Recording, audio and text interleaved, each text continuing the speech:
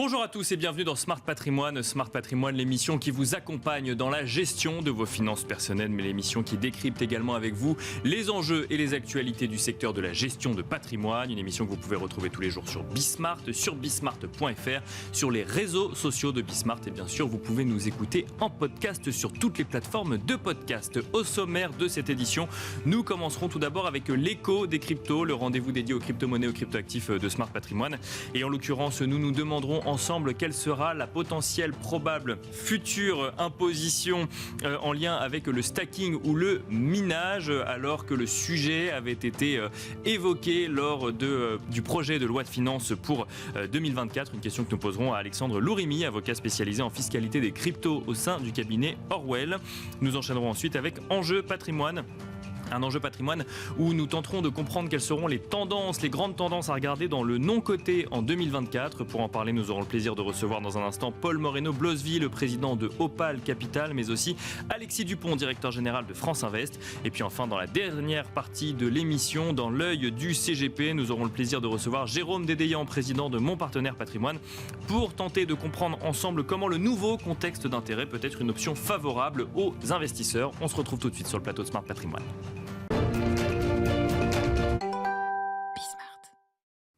L'écho des cryptos, le rendez-vous dédié aux crypto-monnaies, aux crypto-actifs de Smart Patrimoine, aujourd'hui s'intéresse à l'imposition non pas de la détention de crypto-monnaies, mais des activités de stacking ou de minage. Pour en parler, nous avons le plaisir de recevoir sur le plateau de Smart Patrimoine Alexandre Lourimi. Bonjour Alexandre Lourimi. Bonjour Nicolas, merci pour l'invitation. Bienvenue sur le plateau Smart Patrimoine. Vous êtes avocat spécialiste en fiscalité des cryptos au sein du cabinet Orwell. La question qui nous anime aujourd'hui, c'est la taxation ou l'imposition sur le stacking et le minage. Pourquoi est-ce qu'on en parle début 2024 ? Puisque dans les discussions autour de la loi de finances 2024, un amendement avait été prévu sur le sujet, sur l'imposition spécifique donc du minage ou du stacking. Amendement qui a finalement été retiré, mais qui a montré que le gouvernement et la Direction générale des finances publiques s'intéressent au sujet, s'intéressent à la manière de taxer quelque part ces activités en lien avec les crypto-monnaies. Est-ce que aujourd'hui, j'ai envie de dire, il y a un ouf de soulagement dans le secteur ou au contraire, il y a un questionnement qui est quand est-ce que cette imposition va arriver puisque la question aujourd'hui est posée ? En réalité, c'est plutôt une bonne chose parce que l'amendement a montré, en fait, même s'il n'a pas abouti, a montré que l'administration fiscale s'intéressait au sujet et avait envie de clarifier finalement la situation. Et quand on a de la clarification dans ce secteur, finalement, c'est toujours positif. Bien sûr. Oui. Grosso modo, ce qui se passe, c'est qu'aujourd'hui, en pratique, quelqu'un générant des revenus dans le cadre d'une activité de staking, c'est-à-dire en immobilisant des actifs numériques pour sécuriser un protocole, cette personne ne les déclare qu'au moment où il les vend en monnaie légale. En réalité, les textes ne prévoient pas ça. Normalement, il faudrait les déclarer chaque année à hauteur de leur valeur en euros au moment de leur réception. Parce qu'aujourd'hui, on est imposé que lorsqu'on entre guillemets, convertit des crypto-monnaies en monnaie fiat, donc à savoir en euros ou dollars, c'est ça ? Voilà, en fait aujourd'hui il y a une grosse différence entre la pratique et les textes. La pratique applique la solution la plus simple et la moins risquée, c'est-à-dire ne déclarer qu'au moment où on convertit en euros ou en dollars. D'accord. Les textes devraient imposer de déclarer au moment de la réception, c'est-à-dire indépendamment d'une conversion ultérieure ou pas. Ce qui dérange tout le monde puisque on génère de l'imposition avant même d'avoir généré du cash permettant de payer les impôts, et ça génère plein d'effets de bord aussi sur lesquels on pourra revenir si vous le voulez. Donc aujourd'hui, alors effectivement, c'est-à-dire que si je comprends bien, l'amendement dont on a parlé fin 2024 n'amenait pas une nouvelle manière de penser l'imposition des crypto-monnaies, mais peut-être voulait amener une clarification sur une théorie déjà existante, mais n'a pas réussi à aller au bout. C'est comme ça qu'il faut le voir ? Exactement. Exactement, c'est exactement comme ça. En fait, l'amendement disait on sait ce que vous faites en pratique, on sait que c'est pas correct. Jusqu'à présent, on l'a toléré parce que l'administration fiscale n'est même pas en mesure d'aller contrôler la bonne application de ces textes, mais désormais on va le faire. Sauf que en disant ça, le gouvernement et le Parlement a ensuite échangé avec le secteur des actifs numériques et s'est rendu compte que la pratique qui était établie jusqu'à présent était fondée puisque pour appliquer les textes, on rencontre des difficultés extrêmement importantes. D'accord. Et donc le Parlement a entendu ces difficultés.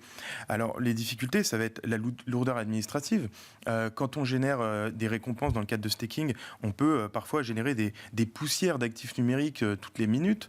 Les textes impliqueraient finalement de les valoriser en euros à chaque minute, ce qui paraît démoniaque. Donc on ne peut pas appliquer une fiscalité comme sur un livret ou un placement qui générerait un rendement parce que le rendement serait annuel, contrairement là, si je comprends bien, à du stacking qui générerait en fait des poussières finalement d'actifs numériques toutes les secondes, et donc en fait il faudrait une valorisation en temps réel. C'est là le sujet ? Exactement, il y a ce sujet, et il y a le sujet aussi que au moment de la cession de ces actifs numériques, donc au moment de leur acquisition, on génère de l'imposition, et au moment de leur cession, on peut en générer aussi du fait des modalités particulières de calcul des plus-values sur actifs numériques. Donc ces deux difficultés rendent la chose compliquée pour appliquer la fiscalité du capital traditionnel, mais pas ces difficultés ne sont pas indépassables. Voilà, l'administration réfléchit actuellement à des mesures de tolérance qui permettraient par exemple de valoriser chaque mois ces récompenses en euros et de les déclarer chaque année. Donc ça veut dire que le sujet qui a été mis sur la table fin 2023 va revenir forcément en 2024 au goût du jour, et jusqu'à ce que l'administration fiscale réussisse à trouver une solution pour, entre guillemets, appliquer une imposition sur l'intégralité de l'actif crypto d'un particulier plutôt que simplement sur la partie qui aura été convertie en monnaie fiat ? Absolument. En fait, là, l'amendement a été déposé dans l'attente de retravailler finalement les mesures d'application pratique de ce régime. Mais ça va revenir nécessairement. Et de manière générale, la fiscalité des actifs numériques va se préciser. On va rentrer dans les détails. Tout simplement parce que l'administration fiscale va avoir une masse d'informations et de données sur les transactions des contribuables avec l'entrée en vigueur de l'échange automatique d'informations qui va lui permettre d'aller contrôler et d'aller rentrer dans ce niveau de détail. En introduction, j'ai parlé du stacking ou du minage. On a beaucoup parlé du stacking, effectivement, deux activités différentes que je caricature un peu pour le temps qui nous reste pour en parler. Mais stacking, effectivement, c'est mettre à disposition quelque part des sommes de crypto-actifs qui vont permettre de sécuriser des protocoles. Là où le minage, on est vraiment sur une activité, finalement, une activité du calcul pour générer ou en tout cas sécuriser des transactions ou permettre à des transactions d'avoir lieu. Est-ce que le minage et le stacking, est-ce qu'il est normal que les deux soient traités de la même manière ? Est-ce que devrait y avoir deux manières distinctes d'appliquer une imposition, l'un qui serait effectivement considéré comme un placement et l'autre comme une activité, par exemple ? Alors, d'un point de vue, ça dépend d'où on se place. Si on se place du côté du mineur industriel au Kazakhstan qui développe des investissements énormes pour générer son activité, c'est logique qu'on ne soit pas sur le même régime fiscal. Par contre, là, je pense que les gens qui nous écoutent sont des gens qui voient ces deux activités, quelle que soit leur modalité technique, comme des placements. Et finalement, leur action consiste seulement à placer une somme d'argent auprès d'un intermédiaire. L'intermédiaire les place soit sur un protocole de minage, soit sur un protocole qui utilise le proof of stake, donc le staking. Mais pour lui, c'est la même chose. D'accord. Donc, dans les deux cas... La démarche est la même, simplement. L'usage n'est pas le même derrière, mais la démarche est la même, je comprends. Oui. Exactement. On reste sur un placement. Donc, c'est assez logique que ces deux méthodes finalement techniques de validation d'un réseau blockchain aient été mis dans le même sac fiscalement pour les particuliers investisseurs. Est-ce qu'on doit s'attendre à des évolutions dès 2024 ? Est-ce que c'est trop tôt pour le dire aujourd'hui ? Est-ce que, quand on regarde un petit peu les discussions qu'il y a pu avoir sur la loi de finances 2024, justement, mais fin 2023, on se dit que le sujet n'est pas forcément prioritaire ou... Je pense que c'est quand même un sujet qui va avancer rapidement cette année, puisque les difficultés pratiques qu'il faut régler sont pas très importantes. Oui. Voilà. Il y a aussi un point positif quand même qu'il faut noter, c'est que aujourd'hui on a dit que les gens déclaraient qu'au moment de la cession, mais si on change de régime, il faut avoir en tête qu'une bonne partie des gens, dans le cadre de ce régime, ne seront pas imposables. D'accord. Puisque le régime qui s'appliquera à la réception des actifs numériques sera le barème progressif de l'impôt sur le revenu dans la catégorie des bénéfices non commerciaux. Et ce régime prévoit un abattement de 305 € par an, déjà. Et ensuite, il prévoit le barème progressif. Donc, quand on percevra moins de 305 € de revenus de staking par an, on sera imposé à zéro sur cette somme. Et les étudiants sans revenus qui gagneraient un peu plus pourraient également ne pas être imposables sur des sommes supérieures en fonction de leur barème. Donc, ce n'est pas forcément une mauvaise nouvelle. Merci beaucoup Alexandre Lorimi d'être venu sur le plateau de Smart Patrimoine nous en parler. Je rappelle que vous êtes avocat spécialiste en fiscalité des cryptos au sein du cabinet Orwell. Merci beaucoup. Merci Nicolas. Et quant à nous, on se retrouve tout de suite dans Enjeu Patrimoine. Et nous enchaînons à présent avec Enjeu Patrimoine. Nous allons tenter de comprendre ensemble quelle stratégie avoir sur le non-coté en 2024, ce qui va évidemment nous amener à nous poser la question des tendances sur l'année écoulée, donc 2023 en matière donc de non-coté, et plus particulièrement de private equity, mais peut-être pas que, et regarder un petit peu si ces perspectives en 2024 évoluent réellement par rapport à la situation de marché en 2023. Pour en parler, nous avons le plaisir de recevoir sur le plateau de Smart Patrimoine Alexis Dupont tout d'abord. Bonjour Alexis Dupont. Bonjour Nicolas. Vous êtes directeur général de France Invest. Vous allez pouvoir nous donner les grandes tendances en matière de non-coté sur l'année qui s'est écoulée, et notamment sur celle qui potentiellement va débuter pour le non-coté aussi. Nous avons le plaisir d'accueillir également Paul Moreno-Blosville. Bonjour Paul Moreno-Blosville. Bonjour Nicolas. Bienvenue sur le plateau Smart Patrimoine. Vous êtes président de Opale Capital et vous allez pouvoir nous expliquer un petit peu comment vous voyez ça sur le terrain en matière d'investissement. On va peut-être commencer avec vous, Alexis Dupont. 2024 s'ouvre. On est en début d'année, un moment charnière, après une année 2023 où la question était jusqu'où les banques centrales vont-elles monter leurs taux. En fin d'année, on a eu effectivement une respiration. Le marché a eu une respiration avec cette perspective de baisse de taux en 2024. La question maintenant pour ce début d'année, c'est quel rythme, quand est-ce que ça va commencer réellement, jusqu'où ira une éventuelle baisse de taux des banques centrales. Est-ce que ça a un impact? Est-ce que déjà la hausse des taux sur l'année 2023 a eu un impact sur le non-coté? Ou si ça ne dure qu'un an, entre guillemets, comme on est sur de l'investissement long terme, ça ne change pas radicalement la manière d'aborder l'investissement? Alors, la question est différente selon qu'on l'appréhende sous l'angle des levées de fonds, c'est-à-dire l'argent qu'on collecte et qu'on va investir sur 3, 4, 5 ans ensuite, Bien sûr. sous l'angle des investissements qui sont réalisés sur la base de levées déjà effectuées. Donc, si on regarde 2023, c'était une année effectivement de bouleversement macroéconomique assez profonde. Nous, l'impact principal que ça a eu à date, c'est vraiment un impact sur les levées de fonds, au sens où nos investisseurs institutionnels, ceux qui nous confient de l'épargne à investir dans l'économie, eux ont été très contraints dans leurs allocations par ce qui s'est passé sur les marchés de taux. En réalité, ils ont des portefeuilles obligataires qui ont été très contraints, des contraintes quand même assez fortes sur le volet immobilier. Donc, ils n'ont pas pu allouer autant que ce qu'ils voulaient au non-coté, qui est resté relativement stable sur cette période-là.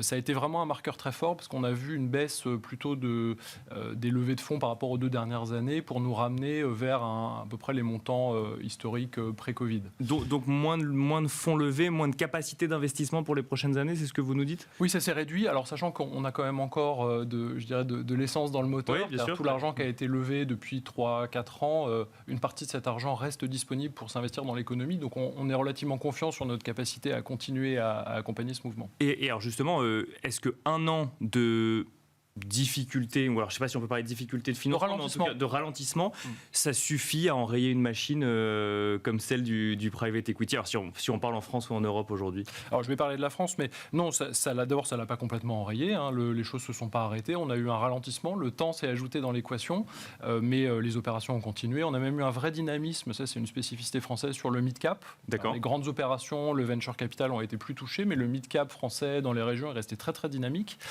donc ça ne s'est pas complètement arrêté, loin de là. Et puis les perspectives sont plutôt bonnes puisque voilà, on est dans un métier où on a du temps, on a des effets d'amortisseur sur les cycles et donc on a du temps long pour continuer à déployer dans les années qui viennent. Ça c'est pour les levées de fonds, mais alors pour l'investissement d'argent déjà levé des années précédentes, est-ce que là aussi la hausse des taux a eu un impact, ou le contexte économique, parce qu'on parle de hausse des taux, mais il y a effectivement l'inflation dont on a beaucoup parlé, parfois effectivement des valorisations immobilières qui pouvaient avoir tendance à baisser. Est-ce que ça avait un impact ou non sur des activités économiques? Est-ce que globalement vous avez vu des grands changements, des tendances différentes sur cette année 2023 ou pas forcément? Alors sur l'année 2023, il y a eu plusieurs effets. D'abord sur les grandes opérations, il y a eu des difficultés tout simplement à trouver de la dette pour financer une partie des montages. Donc les choses se sont beaucoup ralenties. C'était particulièrement marqué au niveau mondial, c'était vrai aussi au niveau français. Il y a eu des revalorisations d'actifs ou des ajustements de valorisation qui ont été assez marqués aussi, différents selon les segments. Il n'y a pas de généralité, c'est assez hétérogène. Et puis l'activité a continué. En dehors de ça, on a investi pas loin de 10 milliards d'euros rien qu'en capital investissement au premier semestre 2023. Donc il y a eu une vraie activité quand même. Mais tout a pris plus de temps. Les écarts de valorisation espérés entre acheteurs et vendeurs sont restés assez larges. Sont en train de se resserrer en ce début d'année 2024. Donc c'est pour ça qu'on est confiant aussi pour la suite. Mais ça a été une année de bouleversement macroéconomique assez importante. Alors on va parler de 2024 dans un instant. Mais Paul Moreno-Blosville, effectivement, là on a beaucoup parlé du marché français français. Opale Capital, filiale de Tikehau Capital, n'investit pas qu'en France. Est-ce que vous avez fait le même constat exactement qu'Alexis Dupont, ou si on replace la France dans un contexte international, on a des constat un peu différent sur la situation du non-coté? En fait, c'est très semblable. Je dirais qu'on a observé quelque chose qui est en train de prendre de l'ampleur. C'est la relation pour les investisseurs institutionnels de l'utilisation de deux outils en même temps. Le premier outil qui est effectivement le fait de faire des allocations dans des fonds de private equity de façon régulière. D'accord. Et le fait de pouvoir compter sur des fonds secondaires pour pouvoir en fait retrouver de la respiration là où ils sont coincés. Et donc en fait de pouvoir continuer à investir millésime après millésime. Quand on regarde la partie de levée de fonds, les chiffres de levée de fonds, finalement je suis d'accord avec Alexis, les chiffres au niveau mondial sont plutôt pas du tout catastrophiques, loin de là. Donc ralentissement partout, mais on est pas sur catastrophe non plus. On est sur un léger ralentissement, on est même sur le même niveau que 2022, grosso modo. Alors 2021 était une année un peu record, mais on était plutôt de l'ordre de 600 milliards de dollars en 2021, et on est un peu au-dessus de 500 millions en 2022 et 2023. Donc c'est pas du tout catastrophique. Donc en fait, comment est-ce qu'on a atteint ça en termes de levée pour les fonds les fonds classiques? Bien sûr. En fait, c'est vraiment grâce à cette utilisation des fonds de secondaire pour en fait se défaire d'une partie des engagements et pouvoir continuer à investir. D'accord, je comprends. Donc pour moi, en fait, l'année 2023, en fait, c'est le sacre de ces fonds de secondaire qui sont devenus... ça va offrir une autre opportunité, d'autres possibilités d'investissement dans le contexte qu'on a connu. En fait, disons que ça permet d'avoir un recyclage des capitaux. Bien sûr. Qui permet à toute la partie du private equity classique de continuer à fonctionner, même quand les institutionnels sont coincés. Donc ça, c'est vraiment très intéressant sur ce marché. Ouais. En revanche, effectivement, sur la partie, donc ça c'est sur la partie des levées de fonds, sur la partie investissement et cession, 2023 a été une année de pause. Concrètement, on avait plutôt une baisse de 40% des acquisitions et plutôt de l'ordre de 2/3 de baisse. Là, on parle de ce que vous constatez au niveau mondial. Au niveau mondial, absolument. Oui. Donc on a vraiment cette situation qui est très contrastée entre des levées de fonds qui ont continué à se faire, des acquisitions qui ont été en net recul et des cessions en encore plus net recul. Alexis Dupont, cette liquidité sur le marché secondaire, sur les fonds secondaires, c'est quelque chose que vous avez constaté en 2023 qui s'est largement développé parce qu'il y avait moins d'options quelque part, tout simplement ou... Oui, alors il y a plein de raisons à ça. Effectivement, c'est une période sympathique pour les fonds secondaires parce que c'est là où ils continuent à trouver tout leur sens. Et je le disais, il y a une vraie liquidité qui s'est créée sur ce marché pour, dès lors qu'on a un montant assez significatif à céder sur le marché, on trouve des acheteurs. Il y a plusieurs raisons à l'émergence de tout ça, c'est effectivement des investisseurs institutionnels qui sont bloqués par des contraintes réglementaires. Ils sont surinvestis par rapport à leurs contraintes réglementaires, ils doivent céder. Et donc ils cèdent généralement dans de bonnes conditions, c'est plutôt intéressant pour les acheteurs. C'était la question que j'avais posée, est-ce qu'ils cèdent moins cher du coup? Oui, en général ils cèdent moins cher, quoique c'est à voir selon les segments.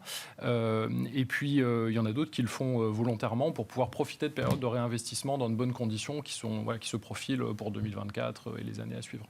Mais il y a quand même des gens de l'autre côté qui sont prêts à investir dans ces fonds, c'est-à-dire qu'il y a les investisseurs institutionnels qui cèdent dans de bonnes conditions et de l'autre côté, il y avait effectivement encore des liquidités pour aller y investir. Bien sûr, et c'est pas le même métier. En fait, on arrive plus tard dans la courbe de construction de la performance de ces véhicules, donc c'est des couples rendement-risque qui sont différents. Il en faut pour tout le monde. Paul Moreno-Blosville, si on se projette un petit peu sur 2024, donc anticipation de baisse de taux. Je reviens là-dessus parce que quelle que soit la classe d'actifs, de toute façon, on a besoin de le placer dans le contexte effectivement du coût de l'argent et du coût du financement. Mais est-ce que ça a vraiment un impact? Est-ce que ça va radicalement? Est-ce que ça va changer par rapport à 2023 ou le contexte que vous nous avez décrit en 2023, de toute façon, continuera sur 2024, même si, alors on n'a pas de boule de cristal bien sûr, mais même si les taux venaient à baisser un petit peu? Et c'est la vraie bonne question. C'est que va-t-il se passer sur la partie des taux dictés par les banques centrales? Que va-t-il se passer sur la partie longue de la courbe de taux? Donc chez Tikehau et chez Opale Capital, on a la conviction que les taux vont plutôt rester élevés. D'accord. On a des tendances structurelles plutôt d'inflation à la hausse. Qui font que les taux ne vont pas s'écraser. Vous achetez pas l'optimisme de fin 2023 sur les niveaux de taux? On pense qu'il est un peu prématuré, effectivement. D'accord. Donc, qu'est-ce que ça veut dire pour nous? Ça veut dire qu'on pense que les valorisations vont continuer à être très tendues. Plutôt ne pas s'envoler, en tout cas... notre cas de base, c'est vraiment une tendance longue de valorisation qui ne monte plus. Et dans ce cas-là, en fait, vous avez 3 bonnes stratégies sur lesquelles vous placez. Les fonds de secondaire, parce qu'on a vu que c'est vraiment une consécration 2023, on pense que pour le coup, c'est vraiment là pour durer. D'accord. Ça devient un outil qui va être utilisé de façon permanente. Donc il y aura d'autres sessions d'opportunités, si je puis dire, d'autres investisseurs qui potentiellement seront encore contraints de céder des actifs, c'est ce que vous dites? Oui, absolument, exactement. On pense qu'il y a vraiment une bonne partie des investisseurs institutionnels qui sont dans une dynamique dans laquelle ils sont très contraints et pour lesquels, en fait, ils ont besoin de créer de la liquidité sur les portefeuilles précédents pour pouvoir continuer à investir et avoir un investissement par millésime qui est bien cadencé. La deuxième stratégie qui nous paraît très, très prometteuse, en fait, c'est les stratégies de dette privée. D'accord. Ouais. Mais en étant très sélectif, parce qu'aujourd'hui, on a une quantité de ce qu'on appelle la poudre sèche, donc c'est les montants non investis en dette privée qui est colossale sur le marché, vraiment colossale.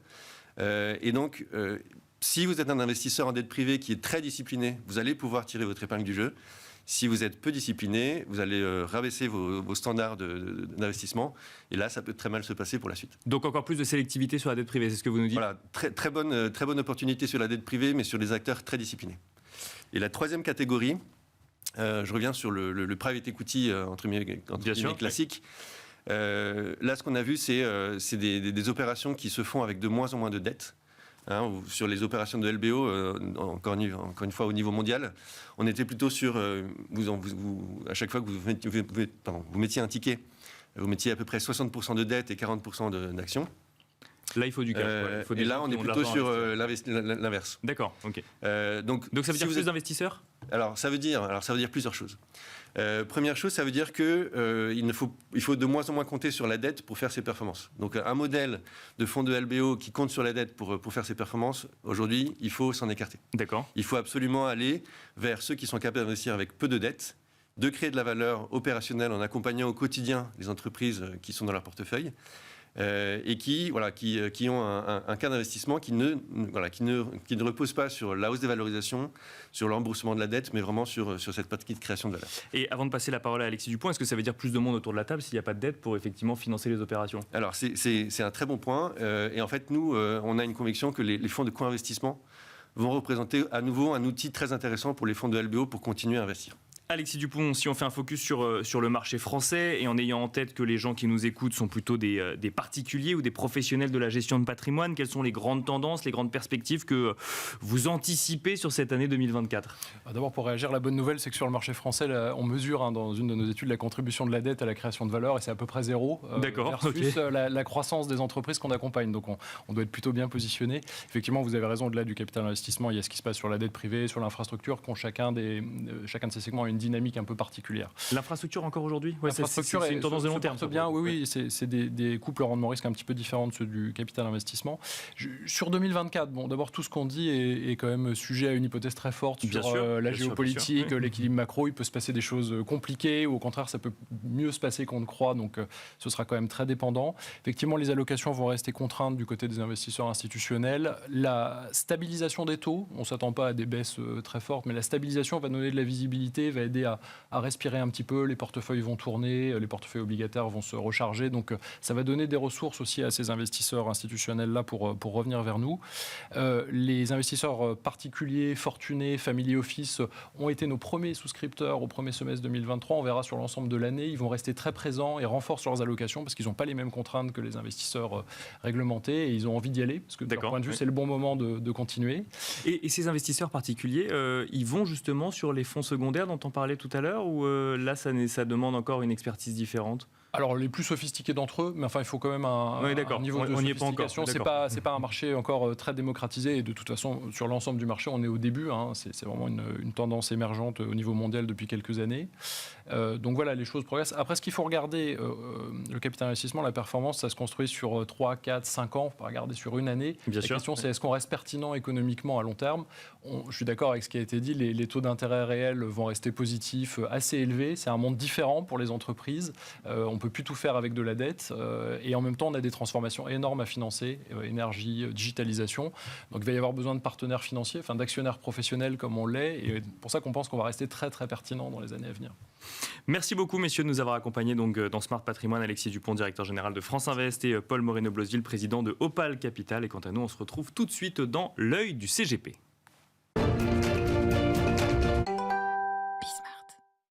Et nous enchaînons à présent avec l'œil du CGP, la dernière partie donc de l'émission Smart Patrimoine. Nous avons le plaisir de recevoir aujourd'hui en plateau Jérôme Dédéian. Bonjour Jérôme Dédéian. Bonjour Nicolas. Président de Mon Partenaire Patrimoine. Alors aujourd'hui Jérôme, dans l'œil du CGP, vous souhaitiez nous parler, alors je cite, d'une option asymétrique en faveur des épargnants et des investisseurs. De quoi est-ce qu'on parle aujourd'hui Jérôme ? Et oui Nicolas, cette option asymétrique, c'est celle de l'investissement obligataire, l'investissement en obligation aujourd'hui. Il ne vous a pas échappé que nous venons de vivre une période de hausse des taux directeurs des banques centrales massive. Oui. On est passé des taux négatifs liés à la crise financière à une remontée massive des taux pour essayer de réduire la masse de liquidités en circulation, calmer la surchauffe des économies. Et en fait, ce niveau élevé des taux d'intérêt aujourd'hui, avec les perspectives, même si ça vient un peu plus tardivement que ce qui était anticipé, perspectives de retour à une baisse des taux, crée une option asymétrique pour l'investisseur qui déciderait d'investir en obligations.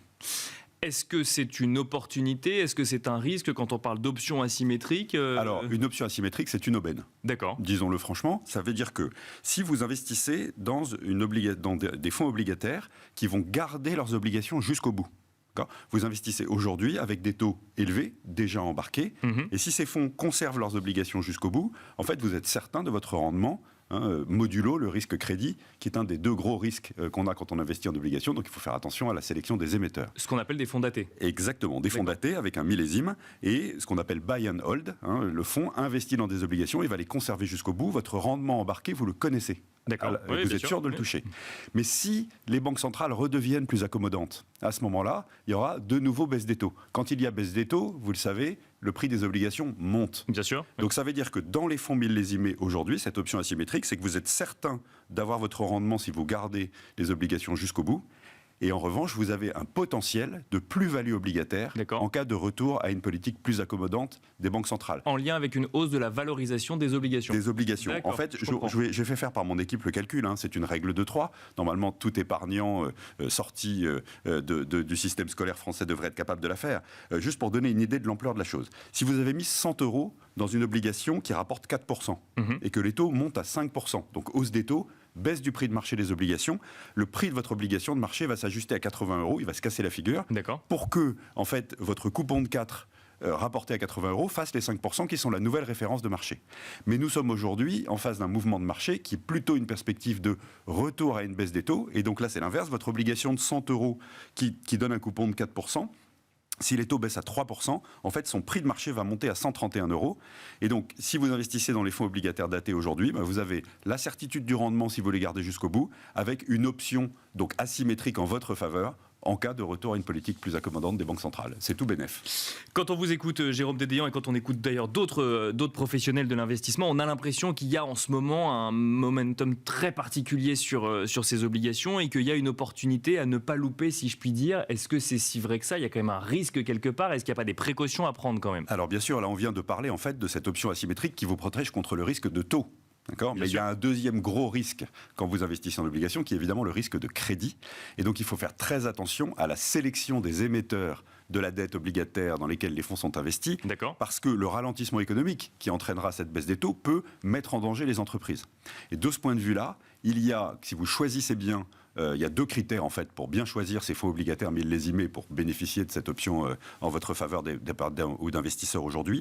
Premièrement, faire attention qu'elle soit dispersée sur un nombre suffisant d'émetteurs, qu'il y ait bien une bonne dispersion du risque de crédit, pas trop de concentration du portefeuille.